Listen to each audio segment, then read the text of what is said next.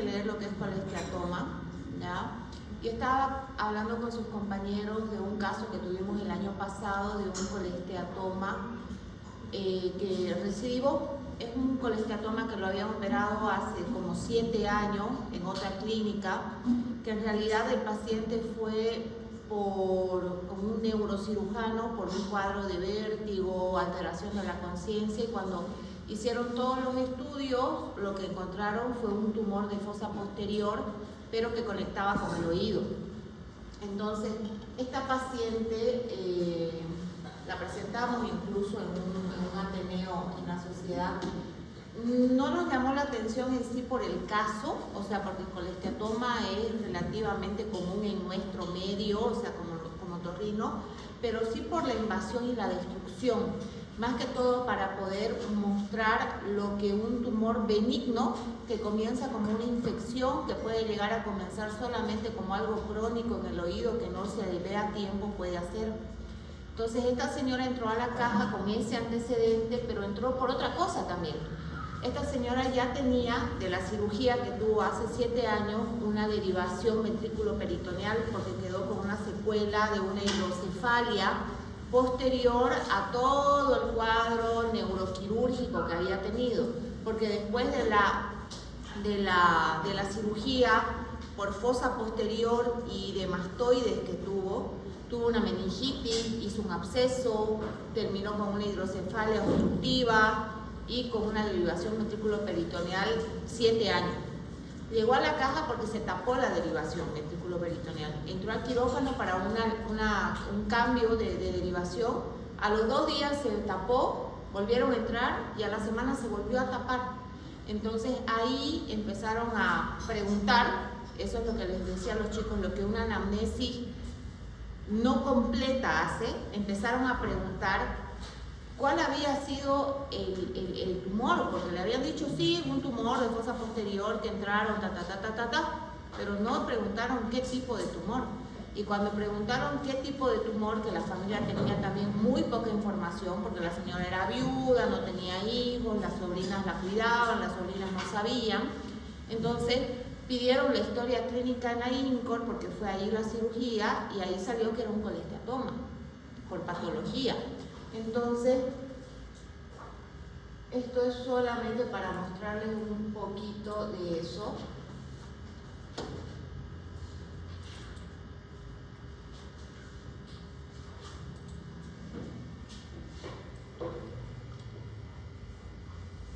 ¿Por dónde fue la entrada hasta este colesteatoma? Hace 7 años, cuando hicieron el ingreso, hicieron por fosa posterior y entraron por vía endoscópica por la nariz al efenoide y del efenoide hacia el apex petroso, porque el tumor llegaba de la mastoide, de la punta de la mastoide hacia atrás, o sea, era un tumor que invadía fosa posterior y todo lo que era base del cráneo.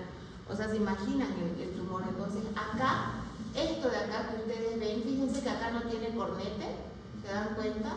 No tiene cornete. Miren, este de acá supuestamente es el efenoide.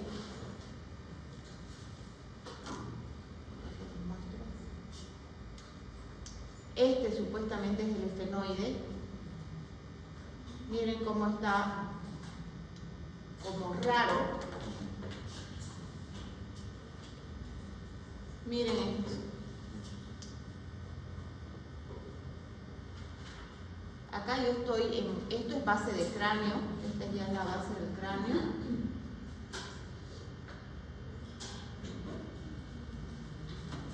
Miren esto. Así ingresó. Tiene un neumoencéfalo. Fíjense, todo esto es aire. Pero la señora estaba viva. Entonces, ahora esto es una incisión retroauricular. Nosotros entramos con los neuros para hacer una evaluación de qué es, si es que había todavía colesteatoma.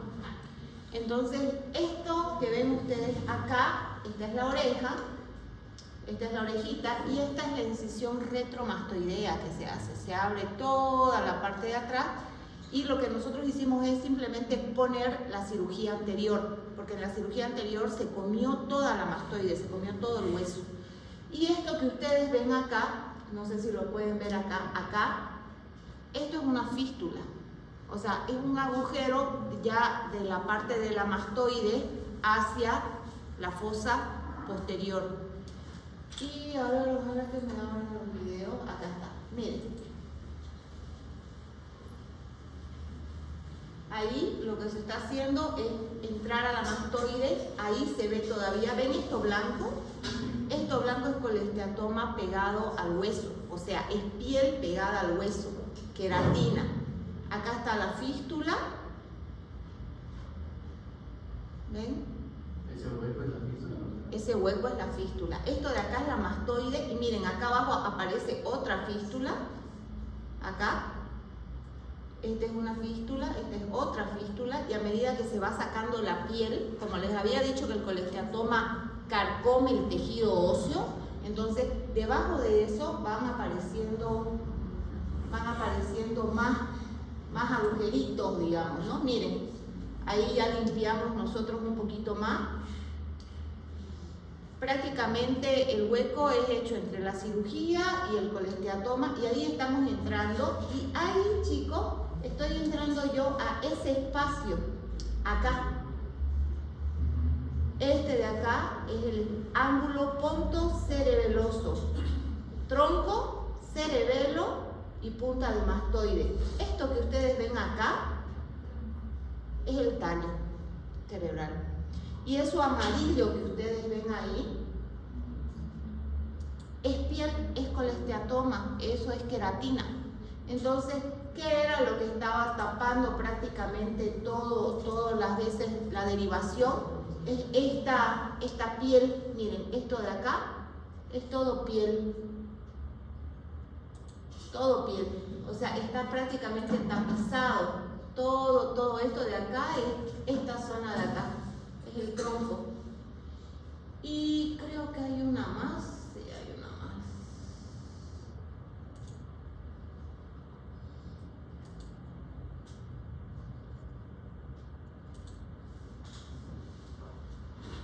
Ahí.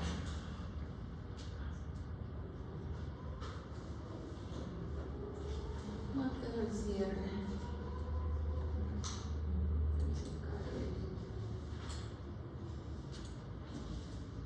Ahí está la fístula. Y ahí lo que estamos haciendo es tratar de lavar.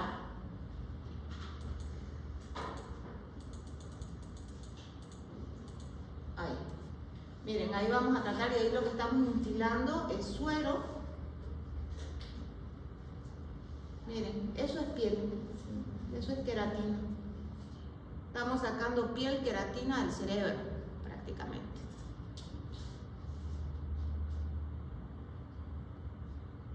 Esto todo es colesteatoma.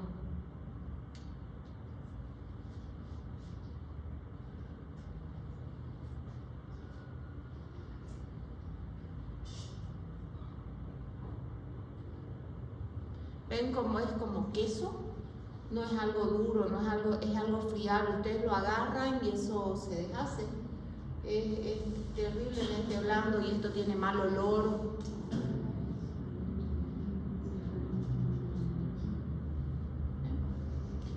Eso quería mostrarles. Y es más que todo para que conozcan un poquito de lo que puede hacer este tipo de tumor. ¿Bien? Eso quedaba pendiente. ¿Y la mujer no presentaba una patología? Lo que pasa es que esta señora tenía una secuela motora ya desde entonces y tenía un Glasgow, nunca superó un Glasgow de 12, 13. Sí empezó a estar más somnolienta y cuando empezó a estar más somnolienta ya no quería alimentación, todo la llevaron, le hicieron la tomografía y ahí se vio que había la hidrocefalia. Esta tomografía que yo les mostré que había neumoencéfalo y todo es después del tercer cambio de válvula que le hicieron y ahí ya estaba con un Glasgow de 8, 9. 1 mes y medio, casi 2 meses estuvo en terapia y después falleció, digamos, ¿no? Pero falleció ni siquiera por esto. Falleció porque hizo una sepsis a foco pulmonar por una bacteria multiresistente de la máquina, del tubo. Así que...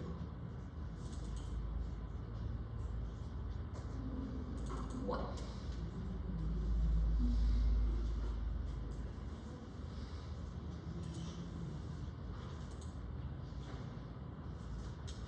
Vamos con esto.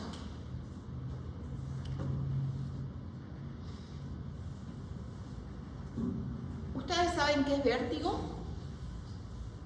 ¿Han tenido vértigo alguna vez? Que no sea el vértigo de los fines de semana. Ese es vértigo también. Bien. Entonces, para que una persona mantenga el equilibrio, para que una persona pueda caminar, pueda hacer alguna actividad, agacharse, levantarse, subirse a un avión, subirse a una montaña rusa, hacer su vida normal, necesita de equilibrio. ¿Bien? Y el equilibrio va a estar dado por 3 grandes esferas. ¿Cuáles son? La visual, la vestibular y la propioceptiva, que está dada por los músculos, los tendones, el aparato, todo lo que es el esqueleto, que está unido obviamente por vías al resto. Cuando nosotros tenemos una alteración de alguna de estas 3 grandes patas, yo le digo que son como patas de un trípode, entonces nosotros vamos a tener algunas sensaciones anómalas. Y esa sensación anómala, cuando se da en el aparato vestibular, nosotros la vamos a llamar vértigo. ¿Bien? ¿Se acuerdan en anatomía que habíamos visto que nosotros tenemos un caracol, un oído externo que está hecho por una caparazón, y tenemos dentro de esa caparazón, como ven acá, un esqueleto hueco donde se va a alojar el oído membranoso, ¿no? Lo que es blando. Ya hemos hablado de todo lo que era la cóclea, entonces nos toca hablar de lo que es el laberinto posterior, que es ya la parte que se encarga del equilibrio. Bien, acá era audición y acá es equilibrio. Bien, entonces, para atrás, ahí. El caracol óseo va a estar formado por 2 estructuras, ¿ya? El laberinto posterior va a estar formado por 2 estructuras.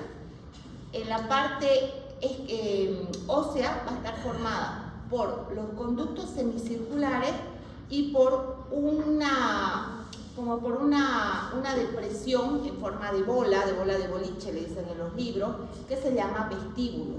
¿Y por qué se llama vestíbulo? Porque va a albergar varias estructuras.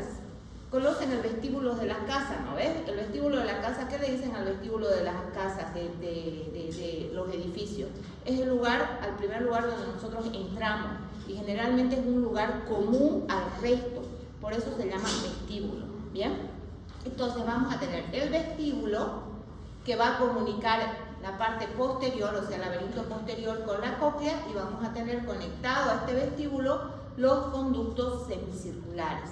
Los conductos semicirculares son 3, ¿bien? Y estos van a estar dispuestos en todas las direcciones en las que nosotros tenemos, por ejemplo, movilidad.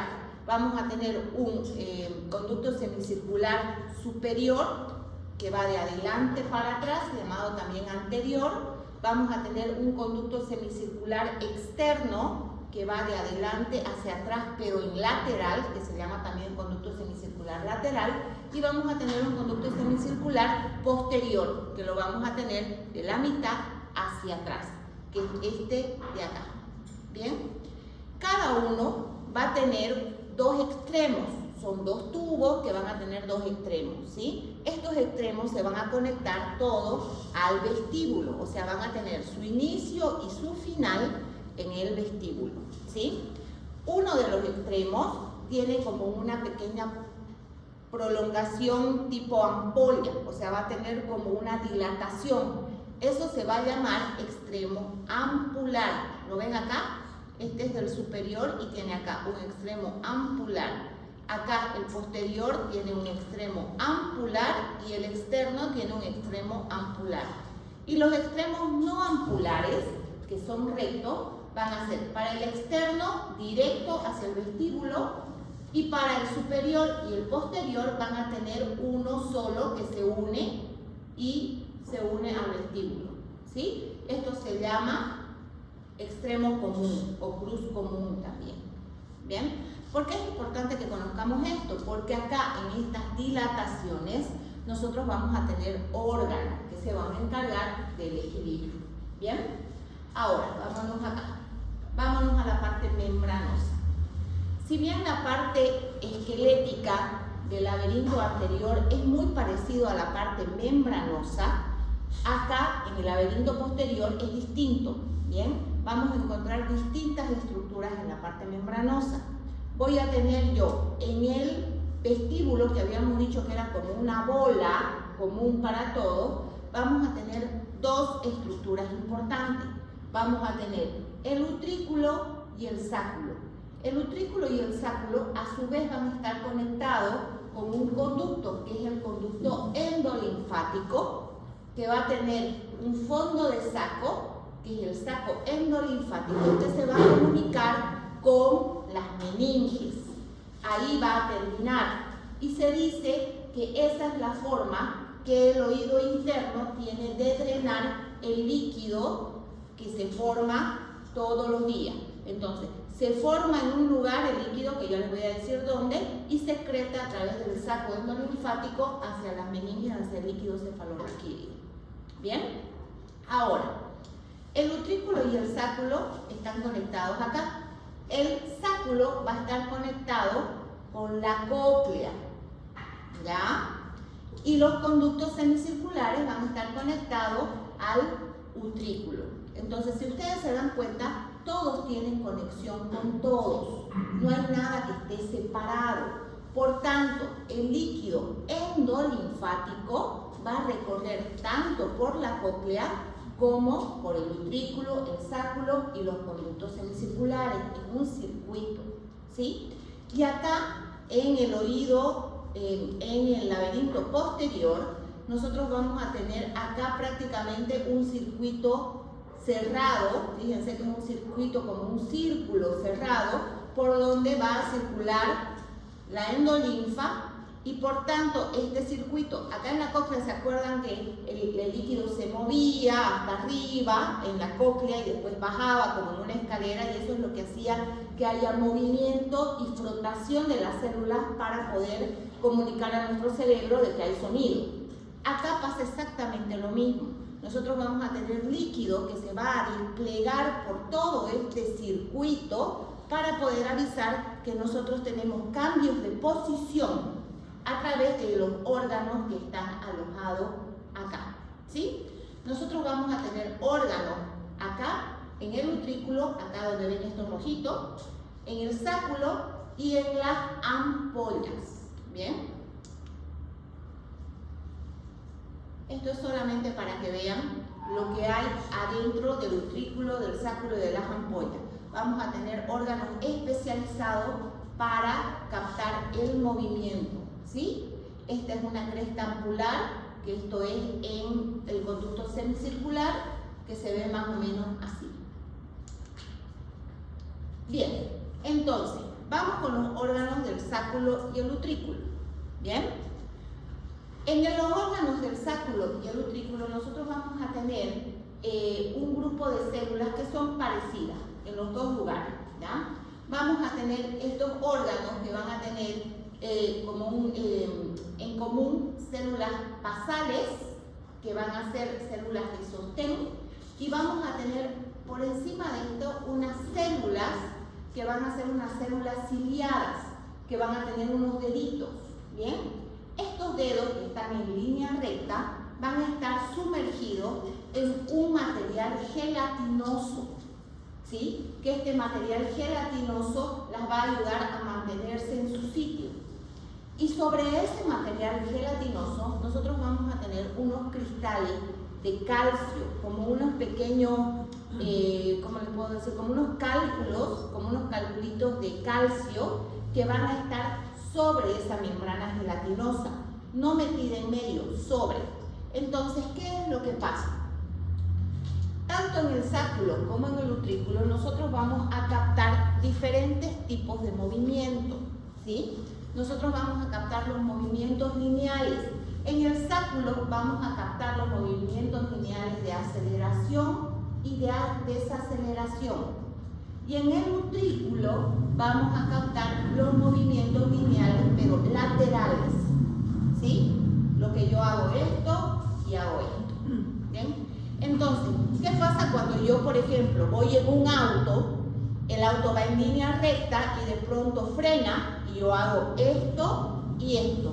Mis células ciliadas que están metidas en ese material gelatinoso van a ir para adelante y para atrás y van a rozar sobre esos cristales de calcio que están acá arriba, ¿sí? Y ese rozamiento con los cristales de calcio van a producir umbrales de polarización y despolarización. Y estos van a viajar por las neuronas, que van a estar acá por los axones, por las células basales, y van a irse a las terminaciones nerviosas, a las vías, que ahorita vamos a hablar de las vías, y de ahí al cerebro, para decir que mi cuerpo se está moviendo de adelante para atrás. Y lo mismo pasa en el utrículo, pero con los movimientos lineales, ¿sí? Estas células ciliadas tienen una célula mayor que se llama quinocilio, que es como un dedito más grande, ¿sí? Que es el que manda hacia dónde está yendo, en qué dirección está yendo la cabeza o el cuerpo. ¿Bien? ¿Entendieron hasta ahí? Esto es más largo, pero esto es así como un resumen para que más o menos lo capten. Ahora, ¿qué pasa en las ampollas de los conductos semicirculares? Los conductos semicirculares, como les había dicho, están dispuestos en todas las direcciones, más o menos a 180 grados, para que el cuerpo pueda girar en 180 grados. ¿Bien? Estas ampollas van a tener también ese epitelio, esas organelas, que también se encargan de recoger los movimientos. Solamente que estas están dispuestas diferentes. Ya no son planas, ya no tienen esas células como deditos y ya no tienen esos como cristalitos sobre ese material gelatinoso. En este caso, las células van a estar puestas como si fueran una cresta, con un quinocilio, o sea, una célula mayor en medio y las otras menores hacia abajo, como si fuera, en los libros dicen cirios de vela, ¿ya? Como si fuera una llamita de vela, ¿sí? Como ven acá. Entonces, vamos a tener el mismo material gelatinoso que va a englobar estas células, pero ya no vamos a tener cristalitos de calcio arriba. Va a ser como si fuera una cúpula, por eso se llama este órgano cresta ampular o cúpula también. ¿Y por qué están puestos así? Porque los conductos semicirculares están hechos para recoger la información de los movimientos de rotación. Entonces, cuando yo, por ejemplo, giro la cabeza en este sentido, así, ¿sí? Mi conducto semicircular externo está haciendo esto, ¿sí? Y mis células hacen esto, se enroscan en diferentes direcciones. Y ese movimiento de rosca que hacen es lo que produce rozamiento de la célula y polarización y despolarización. Si yo, por ejemplo, estoy subida en una montaña rusa y la montaña rusa me tira de adelante para atrás, ese movimiento circular lo capta mi conducto semicircular posterior. O sea, si yo, por ejemplo, me acuesto en la cama y me voy para atrás, mi conducto semicircular posterior es el que me está mandando la información. Y si yo me levanto de forma brusca a atarme los zapatos, mi conducto semicircular anterior es el que está mandando la información. ¿Me entienden? Entonces acá yo tengo movimientos de rotación externo, superior y anterior con los conductos semicirculares. Y así tengo todos los movimientos cubiertos. ¿Bien? Perfecto. Y ahora, las vías. Esto de acá es bien largo, no se los voy a explicar mucho, pero necesito que sepan que todo esto que está pasando en mi oído tiene que tener congruencia con el resto de mi organismo, como habíamos visto en la primera diapositiva. ¿Bien? Entonces, yo voy a tener vías vestíbulo-oculares, vías vestíbulo-talámicas, vías vestíbulo-espinales, para que mi oído se conecte con mis ojos, con mi aparato nervioso, todo el sistema nervioso desde el cerebelo hasta la columna y con el tálamo. Por eso es que cuando yo estoy mareada, cuando tengo vértigo, mis ojos se van para todos lados. ¿Sí? Por eso cuando tengo vértigo mi cuello se rectifica y empiezo a caminar como robot. Por eso cuando tengo vértigo empiezo a tener ciertas alteraciones como náuseas, vómitos, escalofríos, sudoración fría. ¿Me entienden? Porque todo está conectado. Estas vías todas están conectadas para que funcione todo, todo simétrico. Si hay alguna que se sale por algún lado, ahí tenemos problemas. Ahora, otra cosa que es importante que tienen que saber acá, la irrigación, ¿sí? Habíamos dicho que la irrigación del oído estaba dada por una rama de la arteria basilar. La arteria basilar va a dar la arteria cerebral anteroinferior y esta a su vez una ramita coclear y una ramita vestibular, ¿sí? Cuando nosotros tenemos alteraciones vasculares, pueden empezar todas como un síndrome vestibular periférico, o sea, algo del oído. Puede haber zumbido, puede haber hipoacusia, puede haber vértigo y dicen, no, esto es un problema del oído. Pero no se olviden que el problema puede estar tranquilamente en las arterias cerebrales anteriores o posteriores, en el polígono de Wills. ¿Se acuerdan que el polígono de Wills tiene las cerebrales anteriores, las AICA, y las PICA, que es las posteriores? Entonces, tranquilamente puede ser que algo esté comenzando en esa zona y se está transmitiendo acá, y por eso estoy comenzando yo como un síndrome vestibular periférico propio de oído y que puede progresar a otra cosa. Entonces, siempre un paciente vertiginoso hay que estar mirándolo y controlándolo, porque puede comenzar con algo periférico y puede terminar con algo central. ¿Bien? Eso es importante. Bueno, vértigo. Habíamos dicho que la definición de vértigo es la sensación ilusoria de movimiento rotacional. Y esta sensación de movimiento rotacional puede ser subjetivo u objetivo. Objetivo quiere decir cuando la persona siente que ella está dando vueltas, ¿sí? Y subjetivo cuando siente que el entorno está girando. ¿Bien? Vértigo hay que diferenciarlo, chicos, de varias otras cosas, como por ejemplo, vértigo no es mareo, vértigo no es inestabilidad, ¿sí? Entonces hay que tener en cuenta eso, de que vértigo es la sensación de rotación y que generalmente viene asociado a cierta sintomatología como náuseas, vómitos, sudoración fría, todo lo que les pueda dar el parasimpático. ¿Bien? Ahora, acá hay una clasificación de la Sociedad de Varani. La Sociedad de Varani es la encargada de actualizar y estudiar todo lo que es otoneurología en el mundo. Entonces, la Sociedad de Varani nos da una clasificación del vértigo, para que lo lean, ¿ya? Que habla de síndromes vestibulares episódicos, síndromes agudos, síndromes crónicos, según el tiempo, la duración de las crisis y los síntomas asociados, ¿sí? Para que lo lean. Bueno, y en realidad, para lo que a mí me interesa que aprendan esta clase es esto de acá abajo, ¿ya?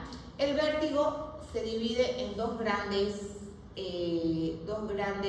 clasificaciones: el vértigo periférico y el vértigo central. El vértigo central, ¿cuál es? El que aparece en todo lo que es arriba: núcleos vestibulares, tronco cerebral, cerebelo y todo lo que son las conexiones vestíbulo-oculomotores.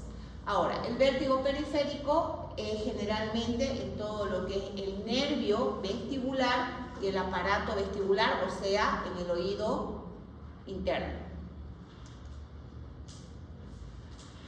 Y esto es un poquito del estudio.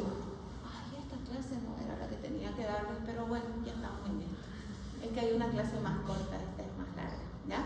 ¿Qué es lo que tenemos que hacer con un paciente que llega con vértigo? ¿Ya? Tanto un vértigo central como un vértigo periférico, lo que tenemos que primero ver es hacer la anamnesis. ¿Por qué es importante esto? Porque en base a todo esto de acá, nosotros podemos saber si este paciente está teniendo algún evento central o es algo netamente periférico. Episodio, cuántos ha tenido, la duración de los episodios, si viene acompañado de alguna sintomatología, especialmente sintomatología otológica, ¿ya? Es raro el vértigo periférico que no tenga sintomatología otológica, o sea, que no venga con oídos tapados, con zumbido, con algo por ahí. La frecuencia, cuántas veces lo ha tenido, la duración, no es lo mismo la persona que le dice que todo el tiempo está mareada, como que todo el tiempo estoy, no, yo camino, me siento, todo el tiempo estoy con esa sensación de mareo, a la persona que tiene crisis de vértigo periódica. Yo me levanto de la cama o me acuesto en la cama y ahí siento el helicóptero y me dan ganas de vomitar y se me tapan los oídos y etcétera, etcétera. Bien, entonces eso hay que poner mucho hincapié. Los factores desencadenantes, por ejemplo, cambios de posición, eso es importante. Si por ahí empiezan a tener algún problema de mareo con, por ejemplo, la deambulación o cuando están haciendo algún tipo de actividad específica, los síntomas tipo áureas que vienen primero, si sienten dolor de cabeza, por ejemplo, puede estar ligada a una migraña vestibular, se llama, o si hay alguna otra cosa que empiece antes de su crisis vertiginosa. Y después de eso tenemos que hacer la exploración, ¿sí? Nosotros como otorrinos siempre tenemos que ver el oído. ¿Por qué? Porque tenemos varias cosas que pueden dar un vértigo sin que este vértigo tenga que ver con la parte neurológica. Como por ejemplo un tapón de cera. Un tapón de cera muy presionado, un tapón de cera que está muy compacto en el oído, puede traer vértigo, aunque no lo crean. ¿Sí? Una otitis media aguda, con tímpano cerrado, con mucho líquido en la caja del oído medio, puede traer vértigo.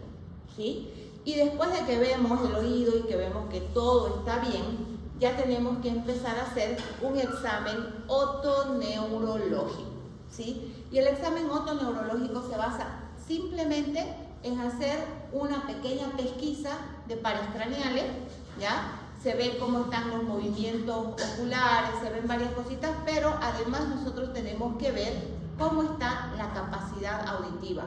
Preguntarle al paciente cómo está escuchando, si hay zumbido, si no hay zumbido, porque tenemos que mandarlo a hacer una audiometría. ¿Ya? Eso. Ahora, después lo vamos a ver esto, ahora no.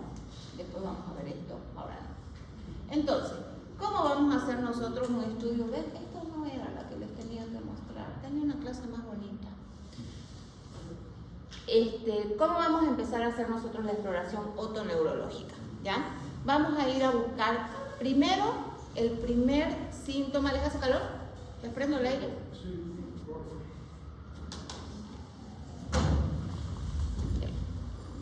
Vamos a hacer una exploración otoneurológica buscando, en principio,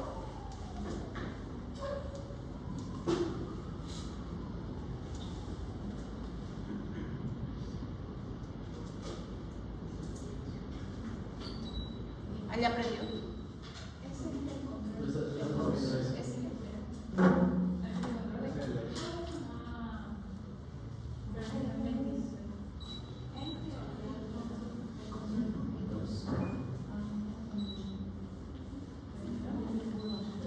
El único, el mío.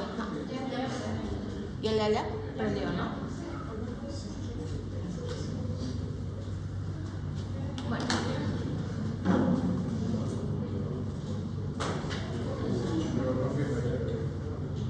La exploración otoneurológica, ¿cómo la vamos a realizar? Tenemos que primero ver desde que llega el paciente. El paciente mareado, el paciente con vértigo, no llega, hola doctora, ¿cómo está? Estoy mareado. No. El paciente mareado llega acompañado, llega agarrándose de las paredes, del asiento, de todos lados. Entonces ya desde ahí nosotros estamos viendo la marcha del paciente. Y de ahí nos vamos a ver, como les digo, pares. ¿Y cómo vamos a ver los pares? Vamos a empezar primero por la parte ocular, ¿sí? Tenemos que ver los ojos y ahí es donde vamos a fijarnos en el síntoma, en el signo más importante para poder hacer un diagnóstico y una diferencia entre un vértigo central, que no es nuestro, lo pasamos al consultorio de al lado, o un vértigo periférico, ¿bien?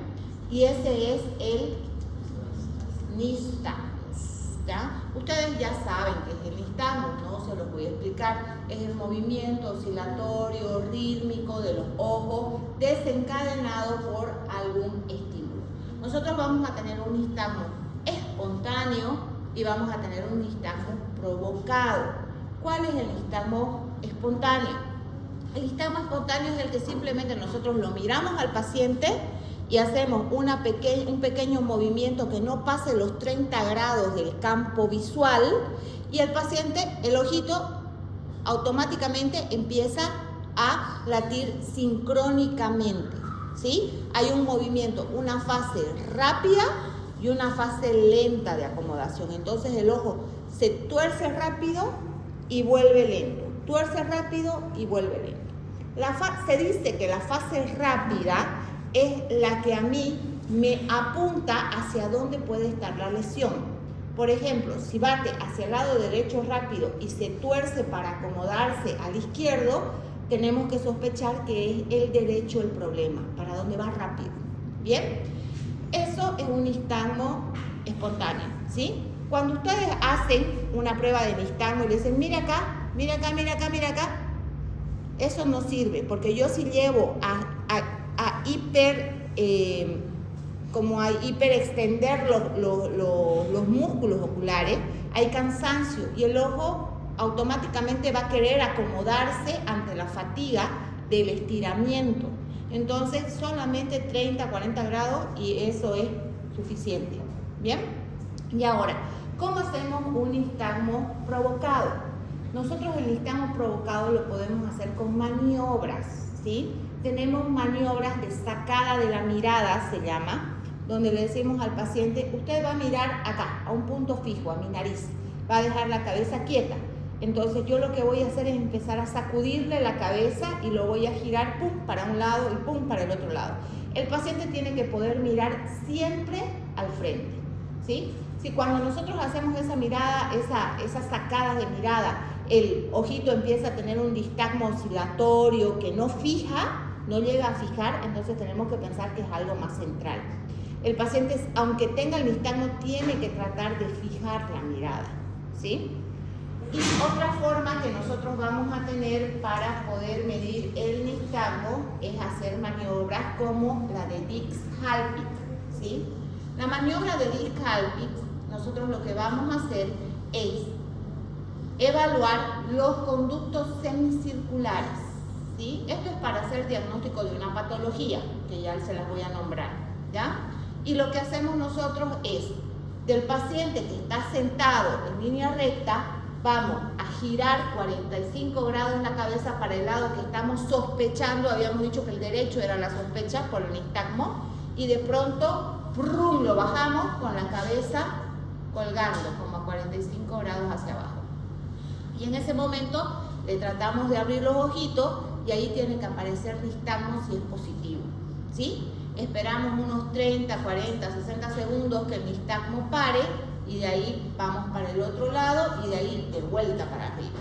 Esto es para hacer descarte generalmente de patologías como el VPPB, se llama, vértigo periférico paroxístico benigno, que es una de las causas más frecuentes de vértigo periférico, que ya lo vamos a ver ahorita, ¿ya?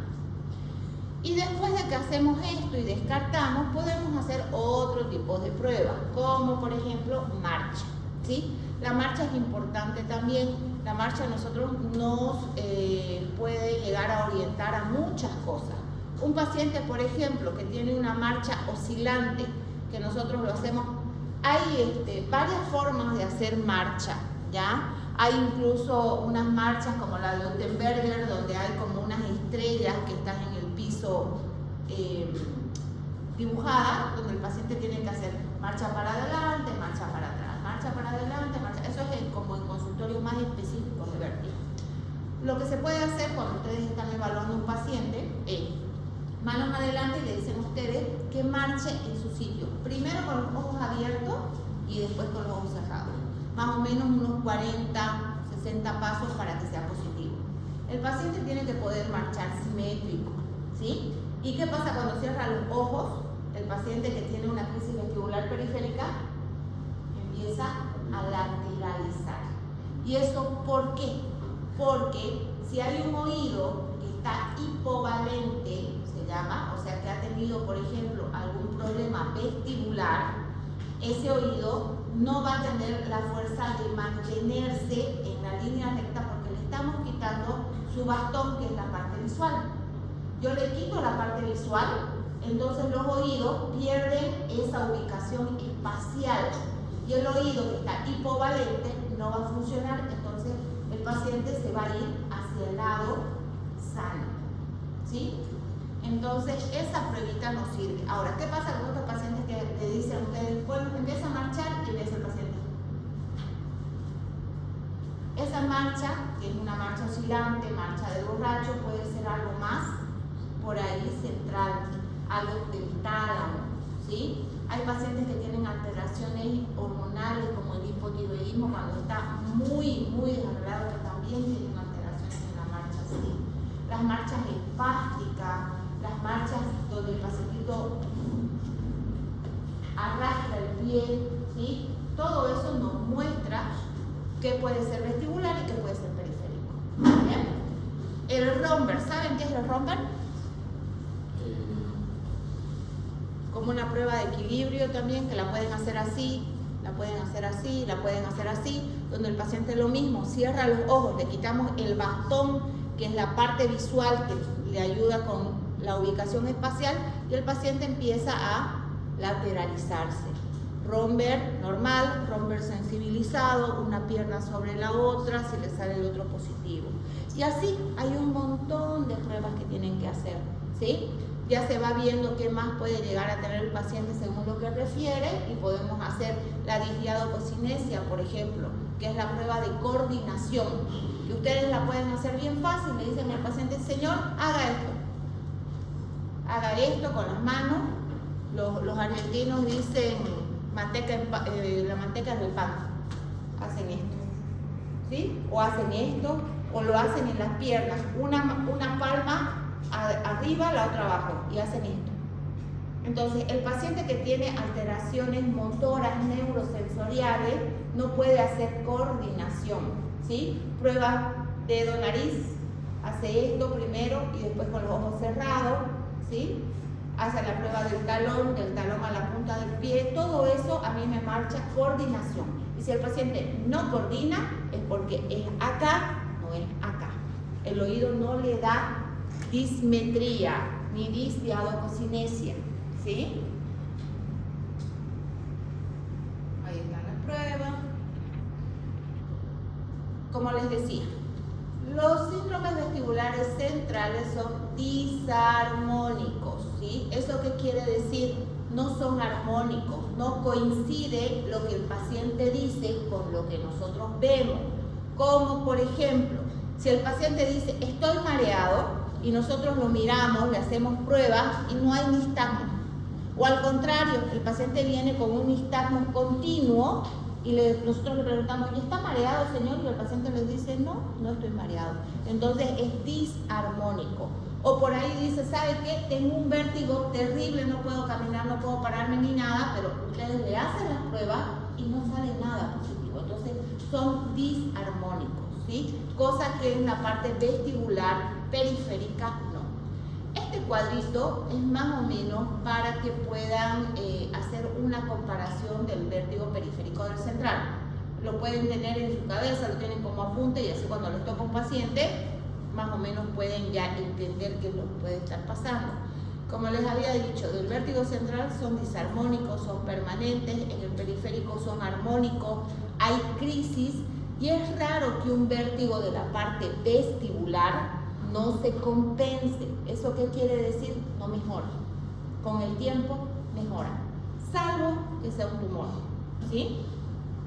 El nistagmus en el vértigo periférico, el horizonto rotatorio. ¿Qué quiere decir eso?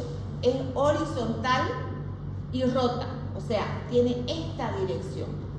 El nistagmo en el central es horizontal, puede ser horizontal o puede ser vertical puro. Cuando ustedes vean un nistagmo vertical, chicos, llamen al neurólogo o al neurocirujano, porque ese paciente está haciendo algo acá, ¿sí? Cuando vean un vertical puro, ¿sí?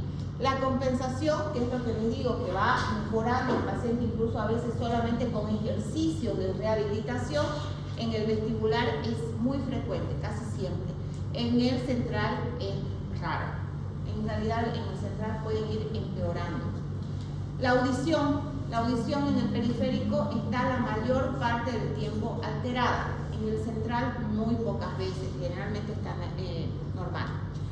Los síntomas neurovegetativos, náuseas, vómitos, escalofríos, sensación de muerte, todo eso sí o sí tienen que estar presentes en el periférico, y en el central pueden o no pueden estar. La duración, esto es la verdad que es indiferente, porque pueden haber vértigos periféricos que pueden tener duración de muchas semanas, como por ejemplo la neuritis vestibular, cuando el nervio se muere.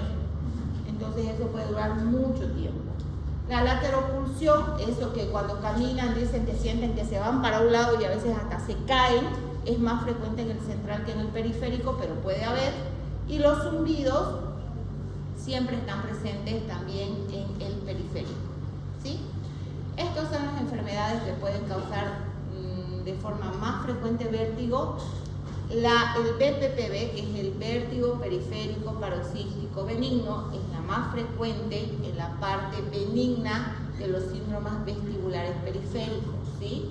Después está el síndrome de Meniers, que se llama también hidrops endolinfático, y hay otras cositas más, pero son menos frecuentes. ¿Qué es el BPPV? Así rapidito. ¿Se acuerdan de los cristalitos de calcio que les dije que están puestos sobre esa membrana gelatinosa en el utrículo y el sáculo? Bueno, uno de esos cristalitos, por X o Z motivo que hasta ahora no se sabe por qué, se sospecha de traumatismo, se sospecha de alteraciones en los líquidos, en las presiones de los líquidos endolinfáticos, se sospechan cambios hormonales, etcétera, etcétera, se sale y se mete dentro de un conducto semicircular y empieza a dar vueltas en el conducto semicircular. ¿Y qué es lo que pasa? Cuando el paciente, por ejemplo, se mete en el conducto semicircular posterior, es el más común, ¿ya? Cuando el paciente se acuesta, ¿qué pasa? Ese otolito, ese cristalito de calcio, empieza a dar vueltas ahí y cambia la presión en los líquidos dentro del conducto. Y en vez de el cerebro, en vez de sentir que yo me acuesto, siento que estoy en un carrusel. Y ese estímulo lo capta mi ámpula de ese conducto semicircular y manda esa información a mi cerebro. Este está dando vuelta. Y esa información va a mis ojos. Entonces mis ojos reciben la información que yo estoy dando vuelta, y mis ojos, ¿qué empiezan a hacer? Empiezan a tener nistagmus. Y yo empiezo a sentir esa sensación vertiginosa terrible. ¿Qué pasa? Este cristalito nuevamente vuelve otra vez, se posa abajo y mi crisis pasa. ¿Hasta cuándo? Hasta que me levanto y empieza otra vez. Eso se llama BPPV, vértigo periférico paroxístico benigno, ¿sí? Benigno porque no es una alteración que tenga que ver con nada neurológico, no le va a causar nada al paciente. Este paciente, por ejemplo, es una de las patologías vestibulares que no presenta ni hipoacusia, ni zumbido, ni alteración de la conciencia. Lo único que tiene es crisis de vértigo con los cambios de postura, y estas crisis de vértigo duran poquísimos, 30, 40 segundos, pero vienen con una sensación terrible de náuseas, vómitos, etcétera, etcétera, etcétera. ¿Bien? ¿Cuál es el tratamiento? Hay que sedar esas células y hacer ejercicios de rehabilitación, ¿sí? Los ejercicios de rehabilitación se los puede hacer en la casa, se los puede hacer una fonoaudióloga o una fisioterapeuta entrenada, o lo podemos hacer nosotros en el consultorio. Los ejercicios de rehabilitación son parecidos a esa maniobra de Dix-Hallpike que les mostré. Se llaman maniobras de Epley, maniobras de Nixon, maniobras dependiendo de dónde nosotros veamos que el calculito se metió. Si se metió en el conducto posterior, las de Epley funcionan bien. ¿Y qué hay que hacer? Lo que hay que hacer es hacer que ese otolito que está dando vueltas por ese conducto semicircular salga otra vez al promontorio, al vestíbulo y vuelva otra vez a la zona del utrículo y del sacro. Y eso lo hacemos girando la cabeza.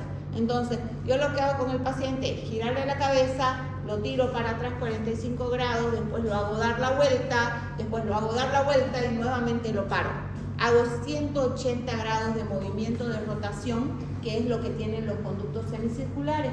Entonces, ese calculito, cuando yo lo hago mover, hace esto. En otra clase tenía un video, por eso les digo, esta clase es la fea, no es la bonita. Tenía un video para que vean más o menos. Se lo hace dar la vuelta para que ese otonito dé la vuelta y vuelva a salir, ¿sí? Y esa a veces es curativo. Y si no, el paciente va haciendo maniobras de rehabilitación en su casa. La enfermedad de Meniers, o llamado también hidrops endolinfático. ¿Por qué se da la enfermedad de Meniers o hidrops? Hidrops quiere decir agua. Entonces, ¿se acuerdan del saco endolinfático que les nombré? Que va hacia las meninges y que por ahí se excreta el líquido endolinfático. Bueno, acá se fabrica. En esto de acá que se llama estría vascular, que está en la esquina del órgano de Corti. Acá se produce el líquido endolinfático y se excreta en el saco endolinfático. Ahora, ¿qué pasa?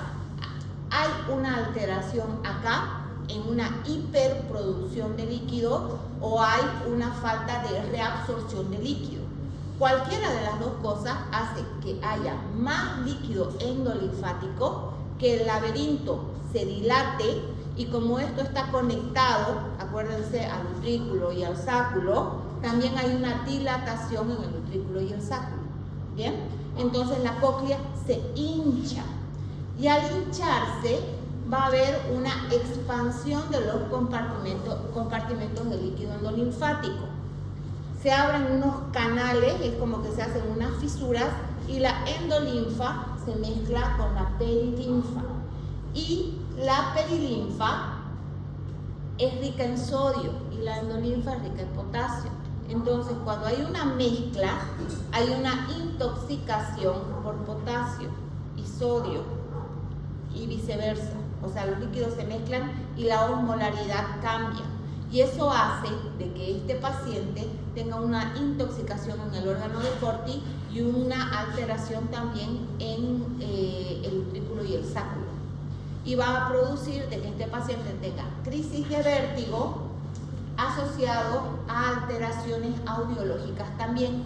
Entonces, el síndrome de Meniers va a tener una triada bien característica, que es hipoacusia y acúfenos fluctuantes con crisis de vértigo. El paciente va a tener una crisis de vértigo y en ese momento va a sentir que el oído se le tapa y empieza a tener un zumbido agudo. ¿Bien? ¿Y qué es lo que pasa? Mientras esa cóclea está hinchada, el paciente tiene esto, la cóclea deshincha y el paciente llega a mejorar. Pero como acá hay una intoxicación, con cada crisis el paciente va perdiendo audición. Entonces, estos pacientes, cuando nosotros le empezamos a hacer en su primera crisis la audiometría, vamos a ver por ahí una audiometría normal, pero a medida que va teniendo crisis, vamos a empezar a tener una hipoacusia neurosensorial progresiva y pueden llegar incluso a quedar sordos y mareados. Sordos y mareados, ¿sí? Estos pacientes también es muy común encontrar crisis de caídas. No sé si han visto ustedes, se hizo conocido un video donde estaba una persona en una fábrica y le ponían sucesos paranormales. Y la persona estaba en la fábrica y de pronto se veía como si alguien le empujara y se caía de golpe. Y eso en realidad se puede atribuir, se vio después de que se puede atribuir a una crisis de Tourmaline, se llama. Las crisis de Tourmaline o drops, attack se llama. Son caídas bruscas que se dan justamente porque ¡prum! Se hincha la cóclea y es como que al haber esa crisis aguda se anulan todos los reflejos, incluso los reflejos de defensa al caer. Entonces el paciente cae como un costal de papa, sin agarrarse de ningún lado. Y ahí pasan un montón de accidentes. ¿Bien? Entonces eso es muy común acá. Crisis de Tourmaline se llama o drops attack. Ahora, tratamiento. Acá les voy a hablar tratamiento en realidad de varias enfermedades, ¿ya? Que vienen con vértigo periférico, ¿sí? Acá yo no les estoy hablando ni del BPPV, ni les estoy hablando del Meniers, les estoy hablando solamente de qué se hace, ¿bien? Entonces, ¿qué le van a dar a su paciente que llega a la emergencia gritando, vomitando, agarrándose de todo y le dice a tu paciente, me voy a morir, doctor, porque así llegan? ¿Qué tipo de sedante? ¿Qué sedante le damos?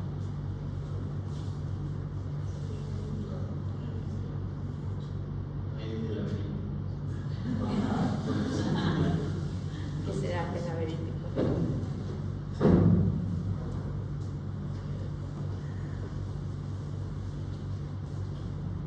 ¿Qué se les ocurre?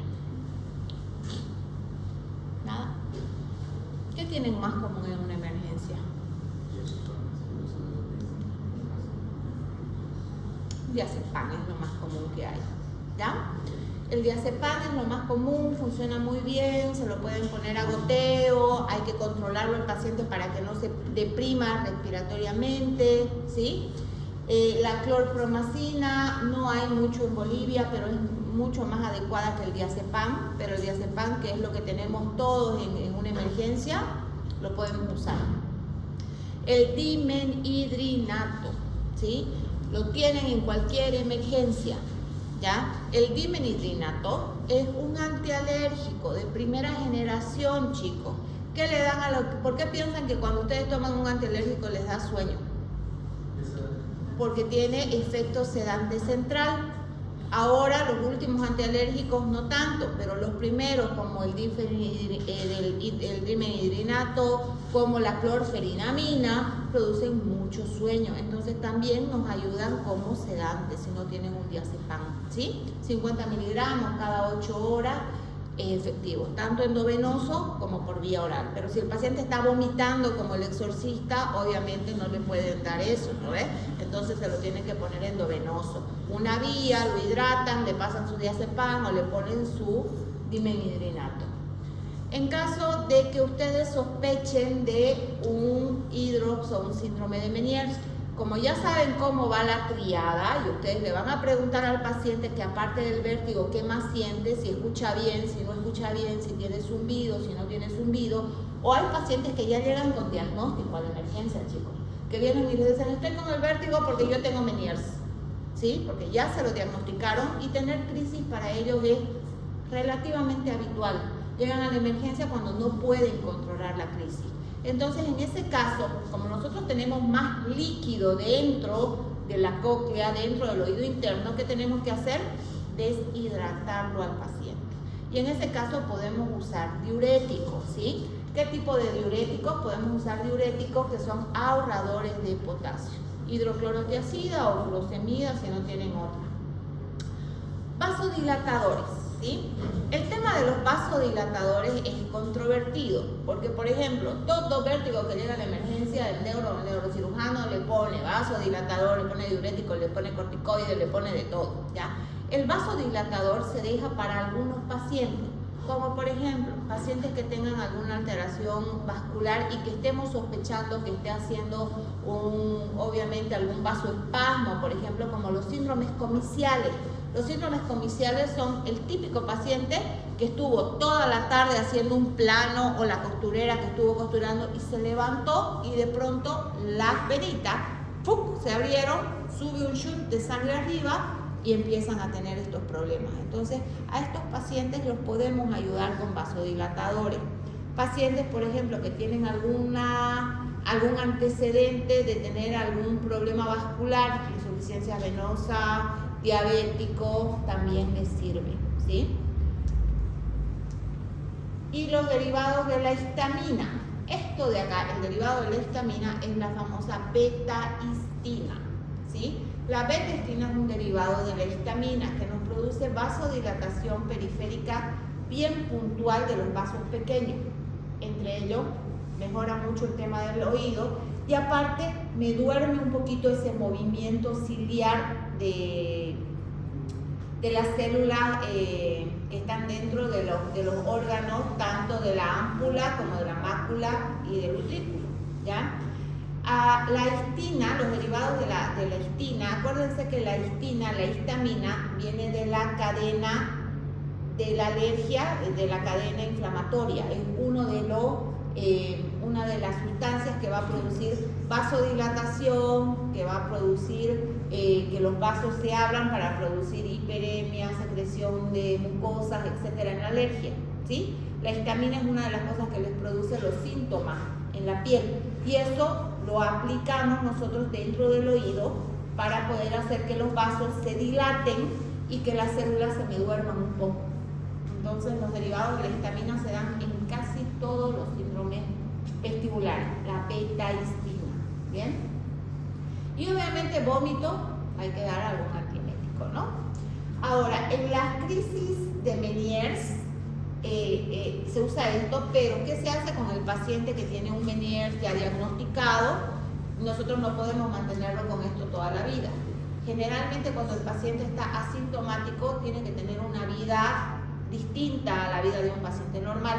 Este paciente tiene que hacer como si fuera un hipertenso, tiene que bajar el consumo de sal para que no haya retención de líquido, tiene que tratar de no consumir cafeína, así que café, Coca-Cola, energizantes, no, y tiene que hacer una vida bien tranquila. ¿Bien? ¿Y la hipertensión arterial está ligada o relacionada con vértigos periféricos? No, directamente, pero un paciente hipertenso te puede hacer tranquilamente un espasmo o un ACV hemorrágico cerca y eso te puede dar un vértigo que puede iniciar como un periférico y que después se puede hacer un central. Un tumor, por ejemplo, un tumor de ángulo pontocerebeloso, el neurinoma del acústico, comienza como si fuera algo vestibular y después se convierte en algo ya central por el crecimiento. La parte del colesterol podría haber evolucionado con vértigo. Sí. El colesterol te da vértigo si ya empieza a tener otras cositas, pues, ¿no? Ahora, tratamientos quirúrgicos solamente para pacientes que tienen vértigo que no mejoran con nada, ¿sí? ¿Por qué? Porque los tratamientos quirúrgicos generalmente son tratamientos que van a invalidar el oído y pueden ser destructivos, como entrar y comer el hueso y sacar todo, o pueden ser conservadores, pero que en los conservadores también uno se lleva un poco de función auditiva. Los pacientes que tienen vértigo invalidante, muchas veces lo que se hace es intoxicar a la cóclea, se lo anula el oído, se hace un goteo de gentamicina dentro de la cóclea intratimpánico para matar ese oído, para que deje de producir impulsos y el paciente empieza a vivir con el otro oído solamente. El otro oído compensa. Y esto de acá solamente se los voy a dejar acá. Son otros síntomas, otras enfermedades que pueden producir vértigo periférico, ¿ya? La migraña vestibular, que es la asociación de vértigo con cefaleas, ¿ya? La neuritis vestibular y la parálisis vestibular, que es parecido a una hipoacusia súbita, o sea, se anula el nervio vestibular, que puede ser por causas infecciosas o pueden ser causas vasculares y que tienen también un cuadro muy florido. La famosa laberintitis, lo que todo paciente vertiginoso dicen, tengo laberintitis. Bueno, no, ya saben que ahora no todo vértigo es laberintitis. La laberintitis es una entidad independiente. La laberintitis es una inflamación del laberinto y esta puede ser por una infección, lo más probable, ¿sí? Que puede ser una infección viral, se resfrió y ese virus migró ahí al oído y inflamó el nervio y le dio una laberintitis, o puede ser una laberintitis supurada, una otitis media, que que hizo una colección, y esa colección, en vez de ir hacia arriba, en vez de ir hacia la mastoide, se fue hacia el oído interno, ¿sí? Y produjo una intoxicación del laberinto, y eso produce vértigo. Eso es la laberintitis, chicos, ¿ya? Entonces, un paciente con laberintitis siempre va a tener algo infeccioso de base. El neurinoma del acústico o schwannoma del acústico. Este es un tumor que nace de la vaina del nervio del octavo par, ¿sí? Y este tumorcito lo que suele hacer es traer primero síntomas otológicos de entrada, y a medida que crece va a dar síntomas neurológicos, ¿sí? Y es un tumor que puede llegar a producir primero alteración en la audición, zumbido, después empieza a dar vértigo y después empieza a dar síntomas ya más neurológicos de compresión, pares bajos, etcétera, etcétera, etcétera. Ese es el schwannoma. Por su tamaño pueden ser desde chiquitos, micro, hasta macro, ¿ya? Y como les decía, esta es la sintomatología, el diagnóstico que se lo tienen que hacer primero audiológicamente, lo podemos diagnosticar, y después ya con imágenes. ¿Se acuerdan del ángulo pontocerebeloso que les mostré en el video? Bueno, esto de acá que ven acá, este es un schwannoma o neurinoma del acústico. Y el tratamiento es quirúrgico, no hay otro. Se hace tratamiento quirúrgico, o también se puede hacer un tratamiento de radiación para disminuirlo. No es maligno, pero ayuda a localizar al tumor para después poder sacarlo cuando tenemos tumores mayores a 3 centímetros, ¿sí?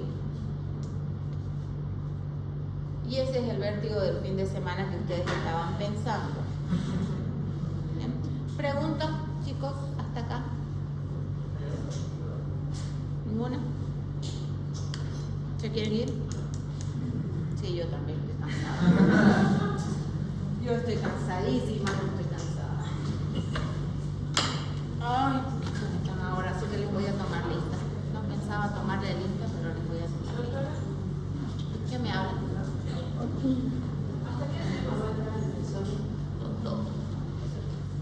El próximo más. El del 29. Son 7. No es difícil. La cosa es así. El primer examen no es difícil. El segundo se pone más difícil, y el tercero es oral. Que tampoco es difícil. A mí me gustaba más oral que escrito.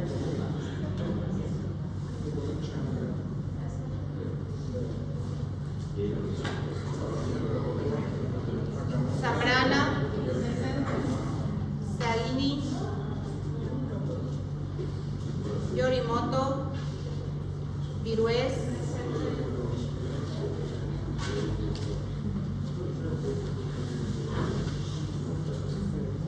Valverde, Flores, Urioste, Tapia, Silva, Cerrate, Santander, Salvatierra, Roca, Rivero, Ríos, Reynoso, Quesada, Portillo, Paz, Andrés, Paz, Ana Bárbara, Paz, Luis Fernando, Presente. Palacios, ¿el que salió? Ortiz Daniela, Ortiz Mariana, Nishizawa, Natush Natalia, Natush Alejandro, Mora, Presente.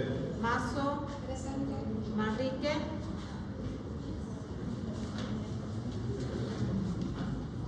Sac, Lema, ¿está? Ornes, Presente. Amir no está, tampoco. Gutiérrez, Luciana, no está tampoco. González, García, Presente. Finey, Escobar, Escalante, Elorriaga, Durán, Denker, Cortés, China, Chilo, Castillo, Carrara, Calderón, Cabello, Antelo, Amancio, Aguirre. ¿Alguien no nombré?